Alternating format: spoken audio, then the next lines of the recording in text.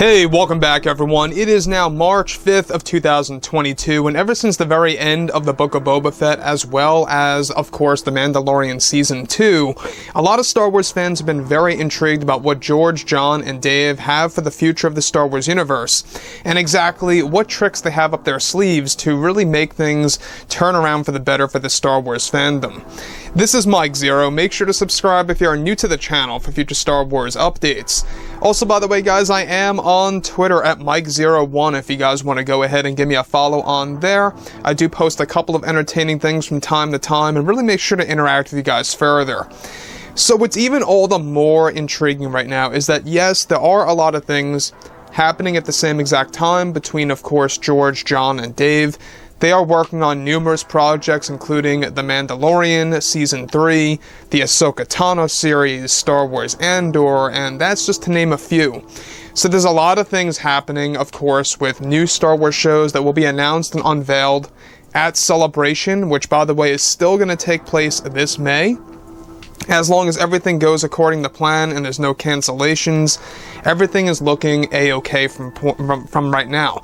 Now, on top of all of this, we already know that, of course, Lucasfilm's Kathleen Kennedy is still having a lot of trouble with a particular Star Wars project known as the Acolyte TV series. Now, in case you guys are very much unaware about the Acolyte TV series, it takes place within the High Republic era.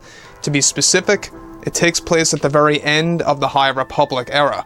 And that's exactly what Kennedy and Leslie are actually going to portray in that actual series, exactly how the High Republic comes to an end. Now, on top of that, alright, one thing that a lot of Star Wars fans have been very much curious about is, of course, the character of Anakin Skywalker and actor Hayden Christensen and his involvement in multiple Star Wars TV shows. In case you guys did not know, Hayden actually got a multi-show contract with Lucasfilm and Disney to bring himself back into the suit of Vader, to come back as the character of Anakin Skywalker, and even voicing the character. There's a lot of surprises coming our way, and we'll get into that a little bit later. So with that being said, with both Disney and Lucasfilm now getting ready to announce a host of new Star Wars shows for Disney Plus at Celebration. However, Lucasfilm's Kathleen Kennedy is set to be creating, of course, some big changes to the Star Wars universe with one of her upcoming Star Wars TV shows for Disney Plus that is going to create a wave of backlash from the entire fandom.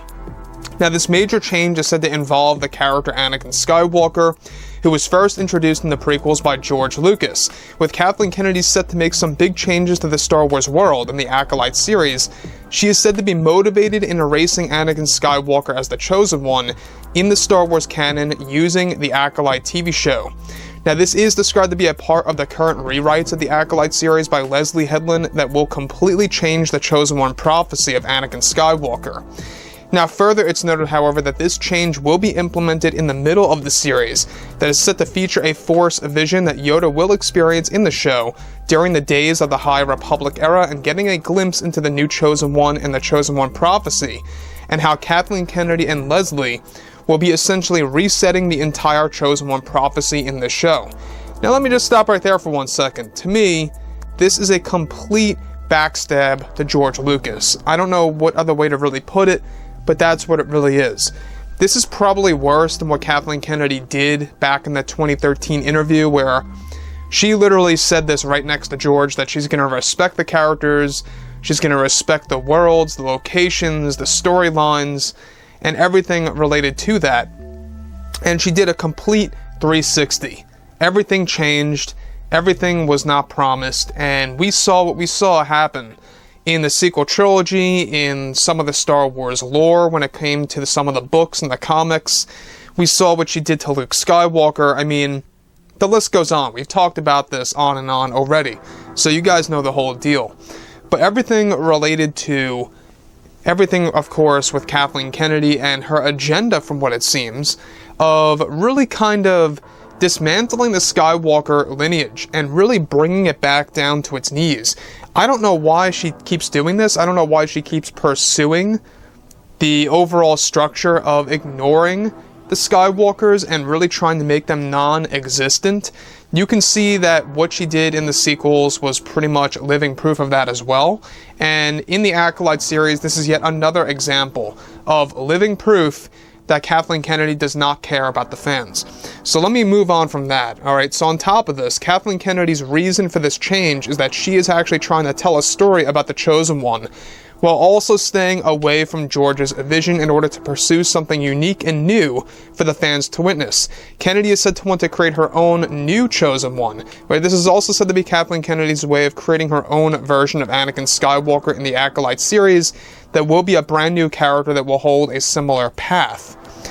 Now, Kathleen Kennedy recently agreed with Leslie Headland to delete all the plans of using Anakin Skywalker's flash-forward scenes in the series. Originally, Hayden Christensen was attached to the show and was going to have a big cameo as a Force Vision in front of Yoda.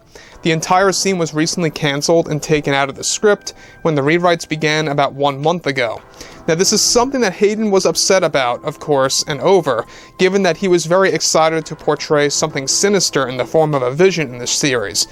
Now, we went over this about, I would say 2 weeks ago, where essentially what Kathleen Kennedy and George Lucas originally were going to do is that they were going to create this Force Vision, this nightmare-esque sequence in front of Yoda to actually have Hayden Christensen portray a dark version of Anakin, not to be confused with Vader, but a dark version of a hooded Anakin Skywalker with a red lightsaber blade ignited. It would have been a pretty interesting take to kind of keep in line with the emerging dark side powers theme that the Acolyte series is going to be all about.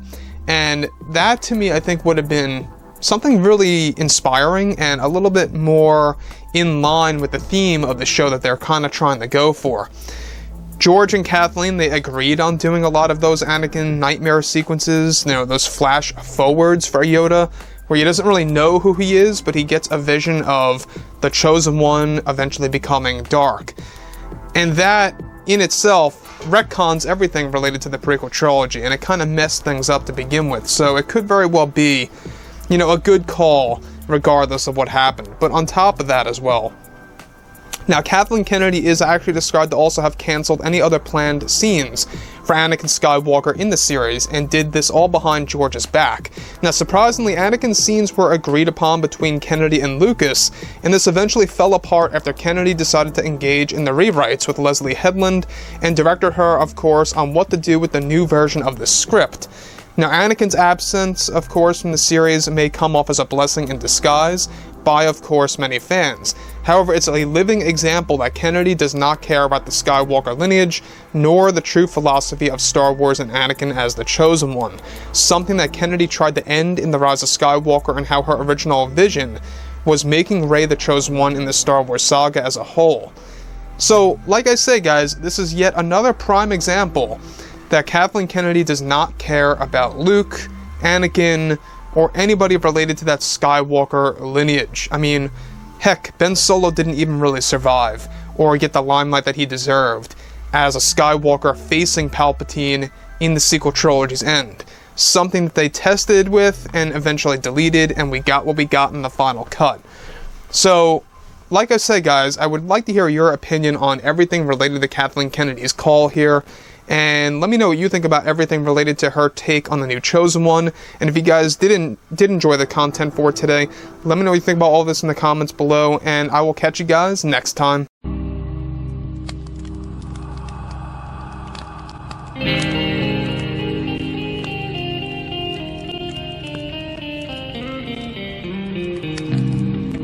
in hand, we are alone again. No hiding on the one. From night to moon, we